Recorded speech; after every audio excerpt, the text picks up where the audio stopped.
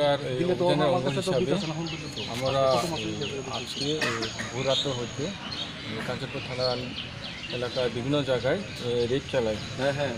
Red চলাকালীন Shuknachhara area থেকে 2টা গাড়ি আমরা আটক করি এবং গাড়ির সঙ্গে 3জন কোম্পানি ব্যাগের গাড়িটা লইতেছেন আমরা গ্রেপ্তার করি। এর সঙ্গে আনুমানিক প্রায় 4300 বোতলের মতন বিভিন্ন কোম্পানির বিলাতি মদ আমরা সিজ করি। আচ্ছা স্যার, যারা আটক করেছেন তার নামটা? তার নাম হইল পিনাকনাথ, সরি টিঙ্কুনাথ, তারপরে জগদীশ নাথ আর উত্তম। ও আচ্ছা স্যার, গাড়ির নাম্বারটি কত?